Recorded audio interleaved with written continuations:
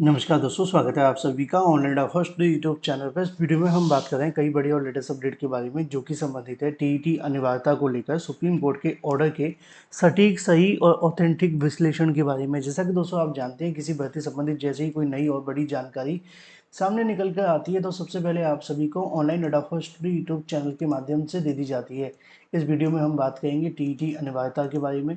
TET अनिवार्यता के साथ साथ हम बात करेंगे 2 साल में यूपी टीईटी अगर पास नहीं किया तो सभी शिक्षकों की जो नौकरी है वो खत्म हो जाएगी।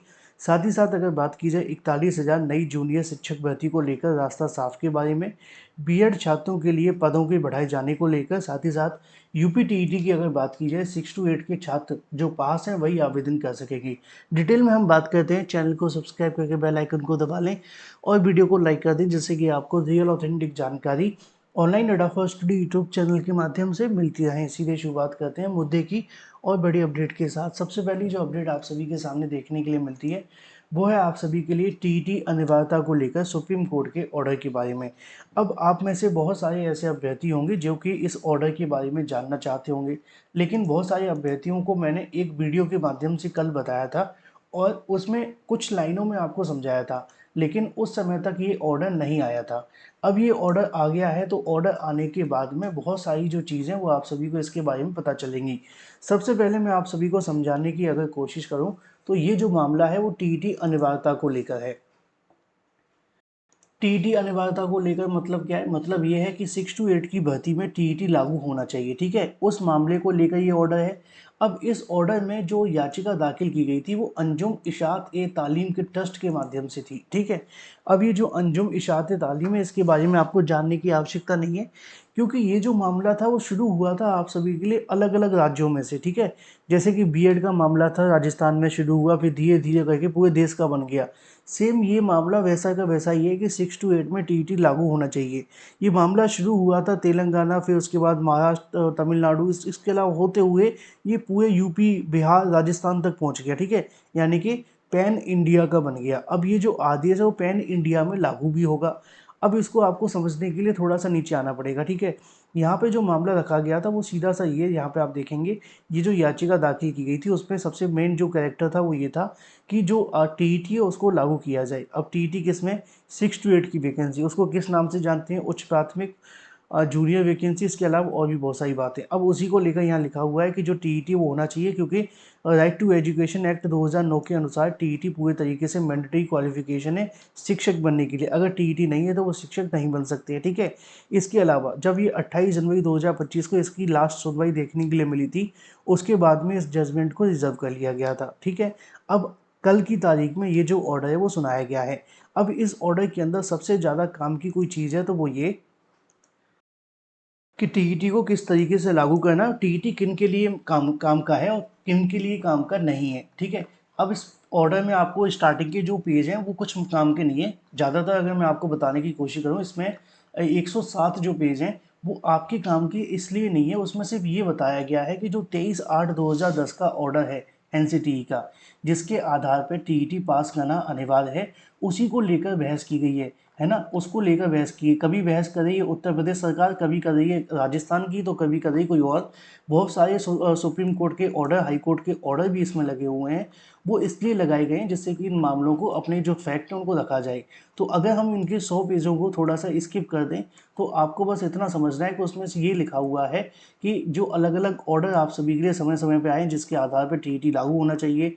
कुछ लोगों ने ये बहस की है कि नहीं, टीईटी लागू नहीं होना चाहिए, तो उनके पक्ष में जो ऑर्डर है वो भी लिखे हैं। तो कोर्ट क्या करती है कि पहले दोनों मामलों को सुनती है, फिर उसके बाद में जब ऑर्डर लिखना शुरू करते हैं तो पहले वो एक पक्ष की बहस को लिखते हैं, फिर दूसरे पक्ष की बहस को लिखते हैं, फिर वो बाद में इसको कंक्लूजन लिखते हैं कि भाई अब हम ऑर्डर में कहना क्या चाहते हैं, जिससे कि जब भी ऑर्डर जारी हो तो दोनों पक्षों को सहमति हो जाए कि भाई कोर्ट ने हमारी दोनों बातें लिखी तो हैं और किस आधार पर उन्होंने उस ऑर्डर को उसमें उनके पक्ष में नहीं दिया है वो भी कोर्ट बताती है, ठीक है? तो अभी तक तो ये जो आपके सामने बहस है 4-5 पेज की मैंने आपको निकाल दी है, 100 पेज की, उसमें सारी की सारी बातें यही की रही हैं कि टेट लागू होना चाहिए या टेट नहीं लागू होना चाहिए, अगर होना चाहिए तो क्यों होना चाहिए, अगर नहीं होना चाहिए तो क्यों नहीं होना चाहिए। अब काम की बात सिर्फ इतनी सी है, 23/8/2010 का जो ऑर्डर है उसको आपको याद रखना है, जो एनसीटीई का, जिसके आधार पर बीएड पूरे तरीके से मान्य हो गया था। थोड़ा सा नीचे चलते हैं और जल्दी चलते हैं, यहाँ से चलते हैं 108, हाँ यहाँ पर, ठीक है। अब आपके सामने 108वां जो पेज है वो आ जाता है, जिसमें आपको पूरी की पूरी जानकारी मिलेगी इसके ऑर्डर के अंदर। अब यहाँ पे आप देखो 104, ये रहा 108 पे जब आप आएंगे तो सुप्रीम कोर्ट ऑफ इंडिया के माध्यम से साफ साफ शब्दों में यहाँ पे लिखा भी हो, यहाँ से आप देख सकते हैं लिखा है order on applicability on TET in service teacher, यानी कि उनका कहना है कि ये आदेश उन पर कैसे लागू होगा जो पहले से सर्विस में हैं या शिक्षक हैं। तो उनके लिए यहाँ पे जो ऑर्डर कैसे लागू होना है वो आपको यहाँ से देखने के लिए मिलेगा। अब सीधे तरीके से जब नीचे आ पाएंगे तो यहाँ पे लिखा हुआ है कि to be required qualified TET to continue in service. अगर आप इस पूरी लाइन को पढ़ें तो उसका मतलब सिर्फ इतना सा है कि आरटी एक्ट के नियम के अनुसार जो टीईटी वो होना चाहिए, लॉजिकली टीईटी पास होना पूरे तरीके से अनिवार्य है। तो उनका कहना ये है कि अगर कोई टीचर सर्विस में है तो उनको क्या करना है, उनको टीईटी क्वालिफाई करना होगा, तभी वो सर्विस में बने रहेंगे, नहीं तो उनको बाहर कर दिया जाएगा। ठीक है, पहली लाइन। अब सवाल यहाँ पे आएगा, क्या सभी को टीईटी पास करना होगा? नहीं, सबको पास नहीं करना होगा, लेकिन जिनको पास करना होगा उनको 2 साल के अंदर टीईटी पास करना होगा। ठीक है, तो अब किसको पास नहीं करना है? जिनकी सेवा में 5 साल से कम का समय बचा हुआ है। मान लो कि आपकी नौकरी में 5 साल से कम बचे हुए हैं या 5 साल बचे हुए हैं, तो आपको पास नहीं करना है, क्योंकि अब 5 साल में आप टीईटी क्या ही पास करेंगे, है ना। जिनके पास 5 साल से ज़्यादा का समय है उनको पास करना है। यहाँ पे लिखा हुआ है, आप देखिए, however be mindful to ground relative to well practice challenge, they are in service teacher who were recruit much prior to advent of RT Act and who might have put on more than 2 or even 3 decades, यानी कि बहुत सारे ऐसे teacher हैं जब RT act बना ही नहीं था उससे पहले नौकरी कर रहे हैं। आरटी एक्ट 2009 की बात की जा रही है। अब कुछ लोग 10 सालों से, कुछ लोग 20 सालों से, कुछ लोग 30 सालों से भी काम कर रहे हैं। तो जज ने कहा कि वो तो टीईटी क्वालिफाई नहीं कर पाएंगे ना। तो ऐसी कंडीशन में उनके लिए ये छूट रखी गई कि अगर उनकी सर्विस में 5 साल से कम का समय बचा हुआ है तो वो क्या करें कि टीईटी को पास करें। अगर उनके पास में 5 साल से ज़्यादा का समय, सॉरी कम का समय, तो टीईटी पास ना करें, कोई फर्क नहीं पड़ेगा। लेकिन जो सर्विस में है और 5 साल से ज़्यादा का समय बचा है तो उनको टीईटी पास करना ही एक ऑप्शन होगा, जैसा कि यहाँ पे लिखा है, in sofa in service teacher recruit prior enhancement RT act, यानी कि आरटी एक्ट आने से पहले उनको कहीं ना कहीं मिला था act, and having more than 5 year in retire suspension, यानी कि अगर उनके पास में सुपरनेशन की बात की गई है कि अगर उनके पास 5 साल से ज़्यादा का समय बचा हुआ है तो उनको 2 साल के अंदर टीईटी क्वालिफाई करना होगा। अगर वो 2 साल के अंदर टीईटी क्वालिफाई नहीं किए जाते हैं तो ऐसी कंडीशन में उन टीचर्स को बाहर किया जा सकता है टर्मिनल बेनिफिट देने के साथ, यानी कि उन सभी को बाहर करने के लिए बाध्य होगी सरकार। अब ये डिपेंड करेगा गवर्नमेंट के ऊपर, वो किस तरीके से इसको लागू करते हैं और किस तरीके से लागू नहीं करते हैं, क्योंकि गवर्नमेंट अगर चाहे तो ही बाहर निकालेगी और गवर्नमेंट ना चाहे तो ना भी निकाले, है ना। लेकिन निकाला जा सकता है इस ऑर्डर के आधार पर, इन फ्यूचर की बात की जा रही है। ठीक है, अब यहाँ पे लिखा है subject what we have said that it related to that those aspiring appointment, those in service teacher aspiring appointment by promotion must have however qualify the TET or else they would have no right to consideration of candidature, यानी कि जिनके पास अगर TET नहीं है, मान लो अब मैंने आपको बताया था कि जो 1 to 5 का टीचर होता है उसको 6 to 8 में सहायक अध्यापक बनाया जाता है या प्रधानाध्यापक बनाया जाता है 1 to 5 में, या जो 6 to 8 का टीचर होता है उसको सहायक अध्यापक के रूप से उठा करके प्रधानाध्यापक बना दिया जाता है।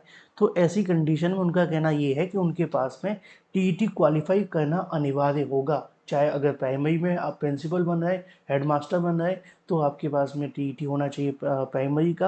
अगर 6 to 8 में सहायक अध्यापक बन रहे तो आपके पास में 6 to 8 का टीईटी होना ही चाहिए। अगर नहीं है तो वो पूरे तरीके से बाहर हो जाएंगे और ना तो उनको प्रमोशन दिया जाएगा ना प्रमोशन मिलेगा। अब यहाँ पर ही आप नई शिक्षक भर्ती 41,000 को लेकर बात कर सकते हैं। मैंने कल ही आपको बताया था कि देखो हो क्या रहा था कि जूनियर में 41,000 पद खाली हैं। अब उन 41,000 पे 100% प्रमोशन की बात सरकार करती है। ठीक है, अब एक सेकंड के लिए उठा करके देखिए, अब टीईटी लागू ना होने से कितना फ़ायदा होगा, क्योंकि बिना टीईटी वाले तो लाखों हैं लेकिन टीईटी वाले कुछ ही हैं, क्योंकि जो शिक्षक बन गए ना वो ज़्यादा टीईटी क्वालिफाई करने की तरफ जाते भी नहीं थे।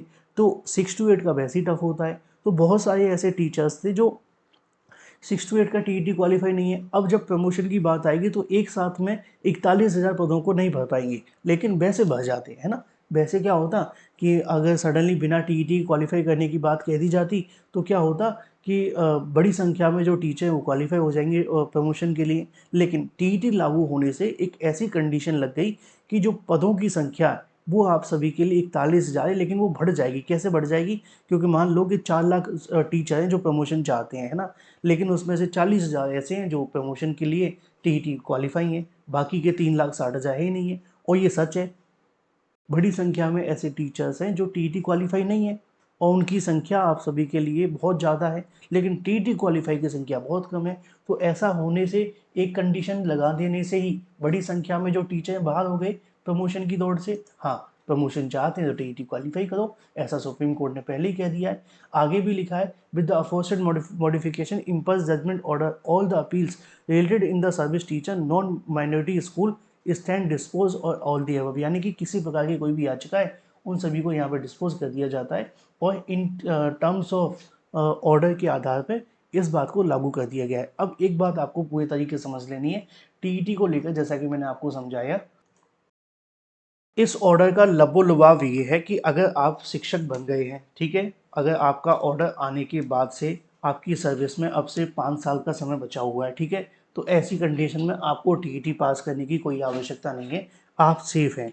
लेकिन अगर आपकी नौकरी में 5 साल से ज़्यादा का समय बचा हुआ है ना, या आपके साल में जो भी चीज़ें बची हुई हैं उसके आधार पे अब आपको मिनिमम मिनिमम 2 साल के अंदर अंदर आपको ये जो टीईटी क्वालिफाई करना है, अदरवाइज आप बाहर हो जाएंगे सीधे तरीके से, ठीक है। तो ये तो उन सभी के लिए जो सर्विस में है और जो प्रमोशन लेना चाहते हैं उनके लिए ये है कि भाई आपको सिर्फ क्या करना है कि टीईटी क्वालिफाई करना है। जब आपका प्रमोशन होगा उससे पहले आपको टीईटी क्वालिफाई करना होगा, अदरवाइज आप टीईटी क्वालिफाई नहीं कर पाएंगे। डिपेंड करता है कि आप यूपी टीईटी क्वालिफाई करें, डिपेंड करता है आप सीटेट क्वालिफाई करें। दूसरी चीज़, अब 41,000 शिक्षक भर्ती को लेकर जैसा कि मैंने अभी स्टार्टिंग में समझाया कि यहाँ पे जो आपको बेनिफिट होगा वो ये होगा कि बड़ी संख्या में जो टीईटी वाले कैंडिडेट हैं वो आपको नहीं मिलेंगे, कम ही हो जाएंगे। तो ऐसी कंडीशन में 41,000 पदों में आपके लिए फ़ायदा ये हो जाएगा कि जो कैंडिडेट की संख्या है वो कम हो जाएगी प्रमोशन के लिए, ठीक है। अब हाँ, इसका मतलब ये नहीं है कि यहाँ पर जो टीईटी के लिए जो कहा जा सकता है कंडीशन लगाई गई है प्रमोशन को लेकर, एक तरीके से रोक तो लग गई है कि भाई बिना टेट वाले तो नहीं होंगे, लेकिन टेट वाले अभी भी हो सकते हैं। तो इसके लिए क्या हो सकता है, इसके लिए जो हाई कोर्ट में याचिका चल रही है जिसमें सुनवाई चल रही है कि भाई बीएड के लिए सीधी भर्ती निकाली जाए, अब उसमें कहीं ना कहीं इस ऑर्डर को इम्प्लीमेंट किया जाएगा और अभ्यर्थियों के माध्यम से इस आदेश को उसमें लगाया जाएगा कि sir supreme court of India ने ये आदेश दिया है कि बिना टेट के तो प्रमोशन हो ही नहीं सकते। अब बिना टेट के प्रमोशन हो नहीं सकते, दूसरी तरफ बीएड करने वाले अभ्यर्थियों के लिए सीधे 100% पदों को प्रमोशन के माध्यम से भर देना ये पूरे तरीके से इलीगल है। तो कुछ परसेंट पदों पर प्रमोशन कर दिए जाए और कुछ परसेंट पदों पर बीएड करने वाले अभ्यर्थियों के लिए नई भर्ती निकाल दी जाए। कुछ अभ्यर्थी ये भी पूछे थे, सर अगर भविष्य में 6 to 8 की वैकेंसी आती है तो क्या बिना टेट के आवेदन कर सकेंगे? बिल्कुल नहीं कर पाएंगे। और कुछ लोग ये भी पूछ रहे थे कि यार 1 to 5 के टेट के आधार पर आवेदन कर सकते हैं? नहीं, उसमें भी आवेदन नहीं कर पाएंगे। अगर आपको आवेदन करना होगा तो 6 to 8 का ही टेट आपको क्वालिफाई करना होगा, तभी आप आवेदन कर पाएंगे। इस ऑर्डर की सिर्फ आपको ज़्यादा नहीं पढ़ना है, यहाँ से लेकर के पढ़ो 108 से लेकर के, और इसमें आपके लिए पूरा का पूरा जो ऑर्डर है वो समाहित कर दिया गया है। ये मैंने हालांकि कल ही एक वीडियो बना करके आपको बता दिया था जब इसका जो जजमेंट है सुप्रीम कोर्ट ऑफ इंडिया की बेंच के माध्यम से सुनाया गया था। अगर आपके मन में अभी भी इसके रिलेटेड कोई सवाल है तो कमेंट करके पूछ लें, मैं उसका जवाब आपको दे दूंगा। चैनल को सब्सक्राइब करके बेल आइकन को दबा लें और वीडियो को लाइक कर दें। मैं आपसे मिलता हूँ अगले वीडियो में। Till then take care, tata bye bye, thank you for watching this video.